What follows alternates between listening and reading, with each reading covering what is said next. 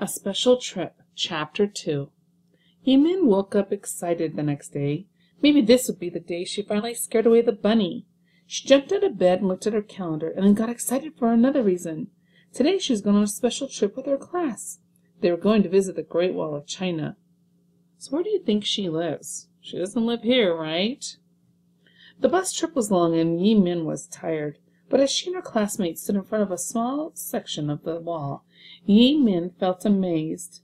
She looked into the distance and saw the wall stretching like a thick vine across the countryside for miles and miles. Class, who can tell me something about the emperor who built the Great Wall? La Chaux, their teacher, asked. Yimin raised her hand. Her name was Yingxing. She answered, Yingxing was very young when he became emperor, but he was fierce and strong. He ordered many people to leave their homes and farms to work on the wall. If I was emperor, I wouldn't have been so impatient, and I would have made the wall rainbow colors, and... Yimin's classmates began to giggle. Yimin felt her face get hot and could tell it was turning red. She knew that sometimes her imagination got carried away, but she couldn't help it when all the ideas she had began to bubble out of her head. La Chaux called the class to order and pointed towards the walls behind her. This wall was built, so let's turn this right here. This wall was built to protect the people of our country. Who can tell me some other reasons that people build walls? I want you to think for a minute. Why are some reasons that you think people build walls?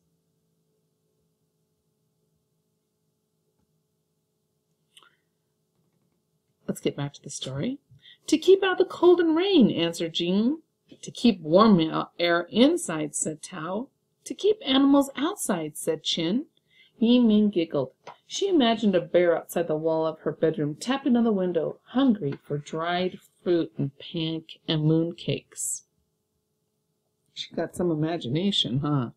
Here's her imagination working.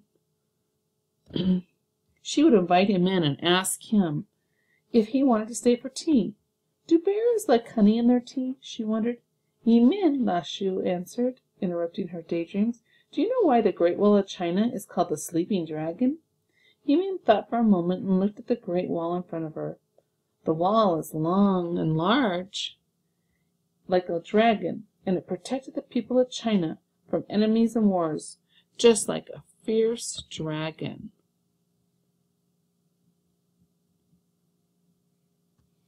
Very good, La Chaux said.